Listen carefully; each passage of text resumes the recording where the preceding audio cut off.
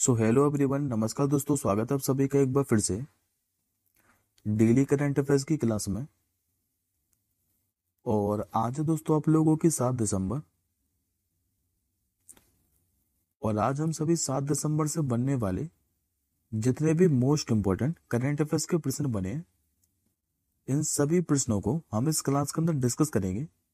यदि दोस्तों आप लोग इनमें से किसी भी एग्जाम की तैयारी करते हो तो ये जो आप लोगों की करंट अफेयर्स की क्लास है सभी प्रतियोगी परीक्षाओं के लिए अति महत्वपूर्ण रहने वाली है। तो आप सभी साथी पूरी क्लास में आखिर तक बने रहिएगा। लेकिन साथियों उससे पहले एक बार हम लोग लास्ट क्लास के क्वेश्चनों को देख लेते हैं, जिन क्वेश्चनों को हमने 6 दिसंबर को पढ़ा था। उसके बाद हम लोग आज के क्वेश्चनों को कवर करेंगे। तो याद करिए साथियों, लास्ट क्लास के अंदर मैंने आपको पढ़ाया था कि अभी 5वीं बार जो मेंस जूनियर एशिया कप का खिताब है ये अभी किसने जीता है। तो ये दोस्तों अपने पहले भारत ने ही जीता था। और हराया किसको था फाइनल में? तो पाकिस्तान को। किस राज्य सरकार ने अभी किसानों के लिए सीड्स योजना ये प्रारंभ की है? तो उत्तर प्रदेश सरकार ने। तीसरा क्वेश्चन मैंने आप लोगों को पढ़ाया था कि अभी किस राज्य के मंत्रिमंडल ने जितने भी सार्वजनिक स्थान है, होटल और रेस्टोरेंट, यहाँ पर गौमांस के खपत पर पूर्ण प्रतिबंध लगा दिया है? तो ये लगाया था दोस्तों असम सरकार ने। महाराष्ट्र के मैंने आपको नए मुख्यमंत्री बताए थे जो कि अभी तीसरी बार बने, देवेंद्र फडणवीस। और इसी के साथ साथ ये भी याद रखिएगा कि अब उप मुख्यमंत्री कौन बन गए। तो ये बन चुके हैं एकनाथ शिंदे। विश्व दिव्यांग दिवस के बारे में पूछे आप लोगों से, तो हर साल कब मनाया था? 3 दिसंबर को। भारतीय नौसेना दिवस के बारे में बताया था, यह हर साल 4 दिसंबर को मनाया जाता है। अभी Aster Guardians Global Nursing Award 2024 इससे किसे सम्मानित किया है? तो ये साथ फिलीपींस की है, नाम है जिनका मारिया विक्टोरिया। 3 नए आपराधिक कानूनों को पूरी तरह से लागू करने वाला पहला शहर अभी चंडीगढ़ बना है। किस देश ने भी अंटार्कटिका में वायुमंडलीय जो निगरानी केंद्र है ये खोला है? तो चीन ने। और लास्ट क्वेश्चन पढ़ाते हुए जो राता पानी है इसको भी किस राज्य का 9वां बाघ अभ्यारण्य घोषित किया है? ये कर दे साथियों मध्य प्रदेश के। आई होप साथियों को 6 दिसंबर के सारे करंट अफेयर्स के प्रश्न क्लियर होंगे। अब बढ़ते हम लोग आज के क्वेश्चनों की ओर। तो आज का पहला क्वेश्चन दोस्तों आप लोगों के सामने रहा और अपॉइंटमेंट से संबंधित है। आप लोगों से पूछ रहे हैं कि अभी जो फिजी देश है यहाँ पर भी बात का जो अगला उच्चायुक्त है ये किसे नियुक्त किया है? तो अब साथियों फिजी में भारत के जो नए उच्चायुक्त बन चुके हैं ये बन चुके हैं सुनीत मेहता। करेक्ट आंसर होगा आपका ऑप्शन नंबर सी। देखिए दोस्तों जो सुनीत मेहता है ये 2007 बैच के भारतीय विदेश सेवा अधिकारी हैं। और अब ये फिजी में भारत के नए उच्चायुक्त बन चुके हैं। पहले आप लोग दोस्तों मैप में फिजी की लोकेशन देखिए कि फिजी स्थित कहां पर है। तो जितना भी साथियों ये मार्क पार्ट आपको दिखाई दे रहा है ये आपका दोस्तों फिजी देश जो कि एक द्वीपीय देश है और दक्षिण प्रशांत महासागर में स्थित है। फिजी की यदि आप लोगों से राजधानी पूछे तो ये आपकी सूबा। फिजी में वर्तमान में राष्ट्रपति कौन है? तो रातू नाइकामा लाल बलाबू। और यहाँ के प्रधानमंत्री कौन है? तो सितविनी राबू का। अब बात करते साथ हम लोग एडिशनल इंफॉर्मेशन के बारे में। तो याद करिए दोस्तों मैं आपको 28 नवंबर को ही पढ़ा है कि अभी मॉरिशस में भारत के जो नए उच्चायुक्त हैं ये कौन बने थे? तो अनुराग श्रीवास्तव। इसके बाद मैंने आपको सेंट विंसेंट और जो ग्रेनेडाइंस है यहाँ पर भारत के उच्चायुक्त बताए थे, ये सुभाष प्रसाद गुप्ता बने हैं। अब बढ़ते हम लोग आज के दूसरे प्रश्न की ओर। आज का दोस्तों आपका जो दूसरा प्रश्न है ये भी अपॉइंटमेंट से संबंधित ही है। आप लोगों से पूछ रहा है कि जो बेलारूस गणराज्य है यहाँ पर अभी भारत का जो अगला राजदूत है ये किसे नियुक्त किया गया है? ये बने दोस्तों अशोक कुमार। करेक्ट आंसर होगा ऑप्शन नंबर ए। देखिए साथियों जो अशोक कुमार है ये अभी जाम्बिया में भारत के उच्चायुक्त थे, लेकिन अभी इनको जो बेलारूस गणराज्य है यहाँ पर भारत का अगला राजदूत नियुक्त कर दिया है। अशोक कुमार की बात करें तो ये 1998 बैच के भारतीय विदेश सेवा अधिकारी हैं। अब बात करते हैं दोस्तों हम लोग बेलारूस गणराज्य के बारे में। तो पहले मैप में लोकेशन देखिए आप लोग बेलारूस की। बेलारूस साथ आपको एशिया कॉन्टिनेंट में देखने को मिलेगा। जितना भी आपको हाईलाइट ये पार्ट दिखाई दे रहा है ये आपका बेलारूस। बेलारूस की यदि आप लोगों से राजधानी पूछे तो ये मिन्स्क।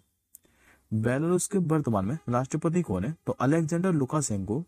और यहाँ के प्रधानमंत्री कौन है? तो रोमन गोलोवचेंको। अब एक बार दोस्तों, ये राजदूत से संबंधित क्वेश्चन है, तो अभी तक मैंने आपको जितने भी राजदूत से संबंधित क्वेश्चन पढ़ाए, एक बार मैं आपको उनको रिवीजन करा देता हूँ, तो जल्दी से देखिएगा। जैसे कि दोस्तों याद करिए, मैंने आपको नीदरलैंड में भारत के राजदूत बताए थे, ये कुमार तुहिन बने थे। आइसलैंड में पूछे तो ये बने थे आर रविंद्र। क्रोएशिया में यदि आप लोगों से पूछे तो ये बने थे अरुण गोयल। स्वाति विजय कुलकर्णी का नाम बताया था, ये अल्जीरिया के अंदर बनी थी। मुक्तेश परदेसी की बात करें तो ये बने थे तुर्की के अंदर। जर्मनी में कौन बने? अजित कुमार गुप्ते। फ्रांस में कौन बने थे? तो संजीव कुमार सिंगला। और अभी जो डॉक्टर नीना मल्होत्रा है, इनको स्वीडन में भारत का राजदूत बनाया गया था। अब बढ़ते हम लोग आज के तीसरे प्रश्न की ओर। आज का तीसरा क्वेश्चन साथियों आप लोगों के सामने रहा, और आप लोगों से पूछ रहा है कि 30वां जो कोलकाता अंतर्राष्ट्रीय फिल्म महोत्सव है, इसमें कौन सा ऐसा देश है जो कि थीम देश है? ये चुना गया साथियों फ्रांस को। करेक्ट आंसर होगा ऑप्शन नंबर सी। अभी साथियों जो 30वां कोलकाता अंतर्राष्ट्रीय फिल्म महोत्सव है, यह भी 4 दिसंबर को शुरू हुआ है, और इसका आयोजन कब तक किया जाएगा? तो 11 दिसंबर तक। जबकि दोस्तों इसका उद्घाटन किया किसने है? तो पश्चिम बंगाल के मुख्यमंत्री ममता बनर्जी ने। और ये मैं आपको बता चुका हूँ कि इसमें थीम देश कौन बना है? तो फ्रांस। और इस महोत्सव में होगा क्या? तो 29 देशों की लगभग 180 फिल्में दिखाई जाएंगी। बात करते पहले हम लोग दोस्तों पश्चिम बंगाल के बारे में, तो याद रखेंगे पश्चिम बंगाल के मुख्यमंत्री कौन है? तो ये तो आप सभी जानते हैं, जो कि ममता बनर्जी। राज्यपाल याद रखेंगे सीबी आनंद बोस है। राजधानी भी आप लोग जानते हैं, जो कि कोलकाता। यहाँ पर लोकसभा की सीट कितनी है? तो ये 42। राज्यसभा की सीट देखने को मिलेगी आपको 16। जबकि विधानसभा की सीट कितनी है? तो 294। और यदि जिलों की संख्या पूछे तो याद रखेंगे 23 जिले हैं यहाँ पर। अब एडिशनल इन्फॉर्मेशन में एक क्वेश्चन आप लोग और याद रखेंगे और रिलेट करिए। मैंने आपको अभी पढ़ाया 2 दिन पहले ही। कभी पश्चिम बंगाल सरकार ने कहा है तो पुलिस को कानूनी मामले में सहायता करने के लिए प्रत्येक उपखंड के लिए कानूनी सलाहकारों की नियुक्ति को मंजूरी दी थी। ये क्वेश्चन मैंने अभी आपको 2 दिन पहले ही पढ़ाया। अब एक बार दोस्तों आप आज के ज्ञान के अंदर देखिए, ये क्वेश्चन भी काफी ज्यादा महत्वपूर्ण है। याद करिए, मैंने आपको हॉर्नबिल महोत्सव के बारे में बताया था, जिसका आयोजन अभी 1 से लेकर 10 दिसंबर तक नागालैंड के अंदर किया जा रहा है। और इसमें मैंने आप लोगों को बताया था कि जो भागीदार राज्य है, यह भी किसे घोषित किया गया था? ये किया गया था साथ ही सिक्किम राज्य को। इसके बाद मैंने आपको रेड सी फिल्म फेस्टिवल के बारे में बताया था। इस बार इसका जो चौथा संस्करण है, ये कहाँ पर आयोजित किया जा रहा है? तो सऊदी अरब के जिद्दा के अंदर। और हाल ही में भी महाबोधि महोत्सव के बारे में भी बताया था मैंने। इसका आयोजन कहाँ पर किया जा रहा है? तो ये मध्य प्रदेश के सांची के अंदर। 3% याद रखिएगा। और इसके बाद मैंने अभी आपको पढ़ाया था कि जो 10वां भारत अंतर्राष्ट्रीय विज्ञान महोत्सव है, इसकी मेजबानी कौन सा आईआईटी कर रहा है? तो इस आईआईटी का नाम है आईआईटी गुवाहाटी। साध्य विद्या महोत्सव के बारे में भी पढ़ाया था मैंने आपको। इसका आयोजन किस राज्य में किया गया है? तो तमिलनाडु के अंदर। और अंतर्राष्ट्रीय जो पर्यटन मार्ट है, इसका जो 12वां संस्करण है, ये कहाँ पर आयोजित किया है? तो याद रखेंगे काजीरंगा असम के अंदर। अब आज का आप लोग चौथा क्वेश्चन देखिए। आज का चौथा क्वेश्चन दोस्तों आप लोगों के सामने ना, आप लोगों से पूछ रहा है कि अभी किसके द्वारा महाराष्ट्र के जितने भी पिछड़े जिले हैं, इनमें भी आर्थिक विकास को बढ़ावा देने के लिए 18.82 करोड़ डॉलर के ऋण को मंजूरी दी है। तो वैसे तो साथ इस क्वेश्चन का जो आंसर है, ये आपको इमेज में स्पष्ट दिखाई दे रहा है।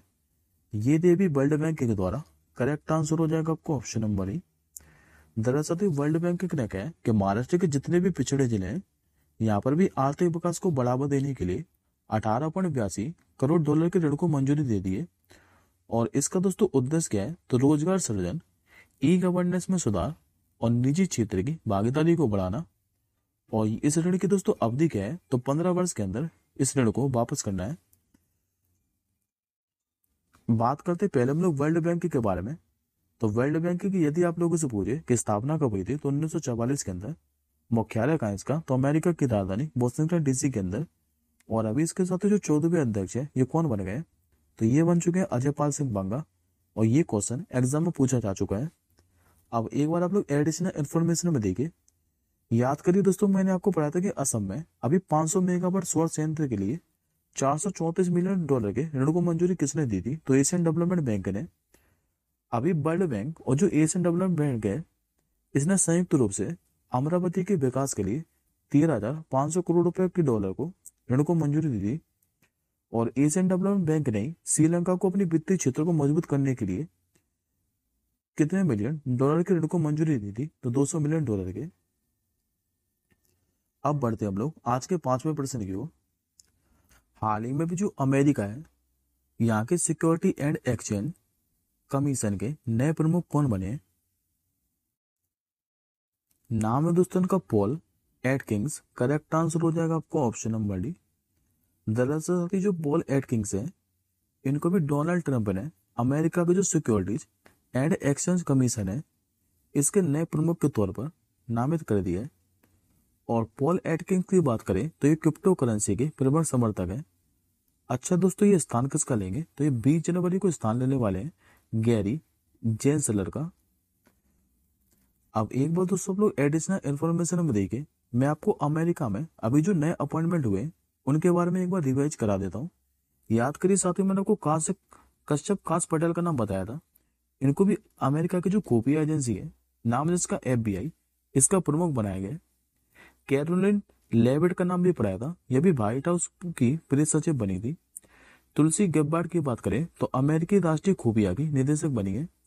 और डॉक्टर जय भट्टाचार्य की बात करें तो अमेरिकी राष्ट्रपति जो डोनाल्ड ट्रंप है, इसने भी नेशनल इंस्टीट्यूट ऑफ हेल्थ का नया निदेशक बनाया है। अब बढ़ते हम लोग आज के 6वें प्रश्न की ओर।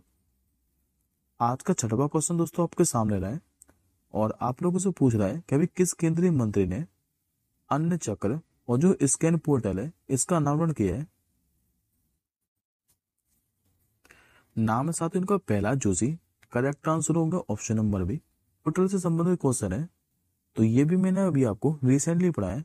याद करिए, मैंने आपको थल सेना अध्यक्ष का नाम बताया था, उपेंद्र द्विवेदी का। इन्होंने अभी एकलव्य डिजिटल प्लेटफॉर्म का अनावरण किया था। इंडियन आर्मी ने प्रोजेक्ट नमन लॉन्च किया था। अमृत ज्ञान कोष और जो संकाय विकाय पोर्टल है, एक इसने लॉन्च किया था तो डॉक्टर जितेंद्र सिंह ने। और सी बॉक्स पोर्टल, यह भी महिला एवं जो बाल विकास मंत्री है अन्नपूर्णा देवी, इन्होंने ही इसका शुभारंभ किया था। अब आज का आप लोग 7वां प्रश्न देखिए। आज का 7वां क्वेश्चन आप लोगों के सामने रहा। हाल ही में जो एशियाई प्रशांत 2024 है, इसके लिए जो ISSA गुड प्रैक्टिस अवार्ड है, ये किसने जीता है? ये जीत लिया दोस्तों अपने प्यारे भारत ने। आंसर हो जाएगा ऑप्शन नंबर ए। अभी बात को दोस्तों एशियाई और प्रशांत क्षेत्र के लिए 2024 के ISSA गुड प्रैक्टिस अवार्ड से सम्मानित किया है। ये पुरस्कार साथियों भारत को मिला कहां पर है? तो सऊदी अरब के रियाद में। अच्छा, प्रदान किसने किया है? तो जो अंतर्राष्ट्रीय सामाजिक सुरक्षा संघ है, इसके वर्तमान में जो अध्यक्ष है, इनका नाम मोहम्मद अजमान, इन्होंने ही ये पुरस्कार प्रदान किया है। और भारत की ओर से किसने ये पुरस्कार प्राप्त किया है? तो ESIC के महानिदेशक नाम जिनका अशोक कुमार सिंह। अब एक बार एडिशनल इन्फॉर्मेशन में देखिए, ये सारे के सारे दोस्तों मैंने जो पुरस्कार है, ये आपको कल ही रिविजन कराए थे। याद करिए, मैंने आपको उपमन्यु चटर्जी का नाम पढ़ाया था। इनको भी वर्ष 2024 का JCB पुरस्कार दिया गया था। डॉक्टर बसंत गोयल का नाम भी बताया था, इनको भी संयुक्त राष्ट्र वैश्विक उत्कृष्टता पुरस्कार से सम्मानित किया गया था। और जो इफ्को के पूर्व निदेशक है डॉक्टर उदय शंकर अवस्थी, इनका नाम मैंने आपको बताया था, ये काफी ज्यादा महत्वपूर्ण था, क्योंकि सती श्वेत क्रांति के जो जनक है डॉक्टर वर्गीज कुरियर, इन्हीं के बाद ये सम्मान प्राप्त करने वाले दूसरे भारतीय हैं। और इनको भी रोजडेल पायनियर अवार्ड 2024 प्रदान किया गया है। अब आज का आप लोग 8वां प्रश्न देखिए। आज का 8वां क्वेश्चन आप लोगों से पूछ रहा है कि अभी संसद ने जो भारतीय वायुयान विधेयक है 2024, इसको पारित किया है। आपको ये बताना है कि किस पुराने अधिनियम का ये स्थान लेगा। ये लेने वाला साथी विमान अधिनियम 1934 का। करेक्ट आंसर होगा ऑप्शन नंबर डी। देखिए, जो भारतीय वायुयान विधेयक है 2024, यह भी भारत के विमान क्षेत्र के एक महत्वपूर्ण सुधार है। और ये साथी विमान अधिनियम जो है 1934 का स्थान लेगा, जिसमें 21 बार संशोधन किया गया था। अच्छा, इसमें प्रमुख बिंदु कौन कौन से हैं जिनमें फोकस रहने वाला है? तो विमान मानकों को बढ़ाना, आत्मनिर्भरता को प्रोत्साहन करना, उड़ान योजना की सफलता को क्रियान्वयन करना, हवाई किराए की निगरानी करना और ईंधन लागत में राहत, ये सारे कुछ मुद्दे हैं।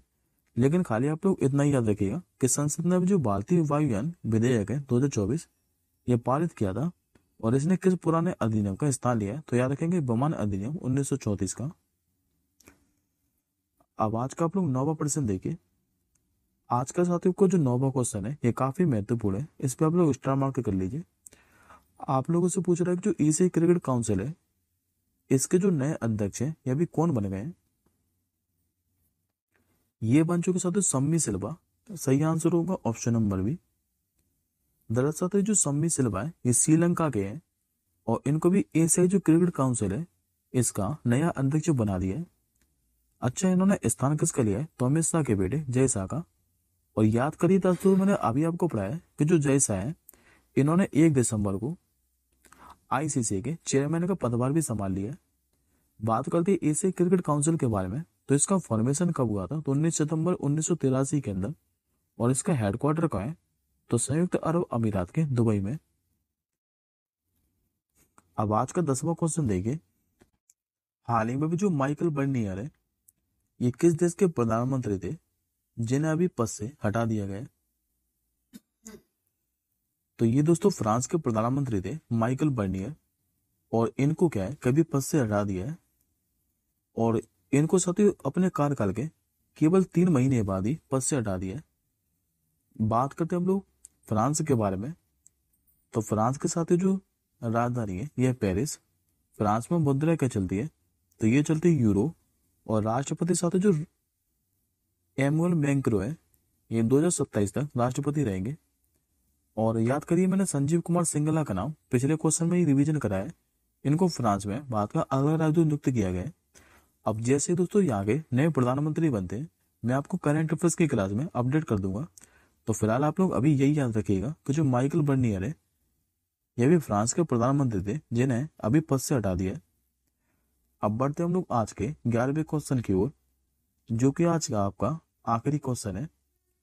आप लोगों से पूछ रहा है कि भाई 6 दिसंबर 2024 को माननीय प्रधानमंत्री मोदी जी ने अष्टलक्ष्मी जो महोत्सव है इसका उद्घाटन कहां पर किया है। ये कैसा तो नई दिल्ली के भारत मंडपम के अंदर। करेक्ट आंसर होगा ऑप्शन नंबर ए। ये जो साथियों अष्टलक्ष्मी महोत्सव है ये 3 दिवसीय महोत्सव है जो कि 6 से लेकर 8 दिसंबर तक आयोजित किया जाएगा।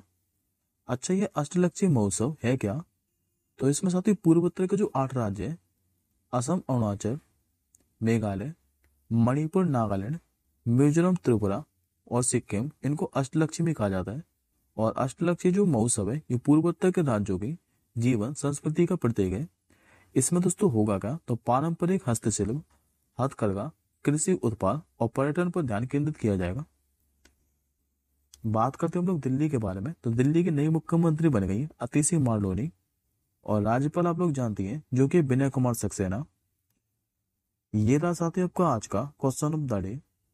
इस प्रश्न का आंसर आप लोग मुझे कमेंट बॉक्स के अंदर बताइएगा कि अभी बात तो किस देश ने पुणे में पहला संयुक्त टेबल टॉप अभ्यास जिसका नाम है सिनेमैक्स यह भी किया है। इस प्रश्न का आंसर आप लोग मुझे कमेंट बॉक्स के अंदर बताइएगा। अब हम जल्दी मिलेंगे दोस्तों अगली क्लास के साथ ही कल सुबह 4:30 बजे। तब तक के लिए जय हिंद, वंदे मातरम।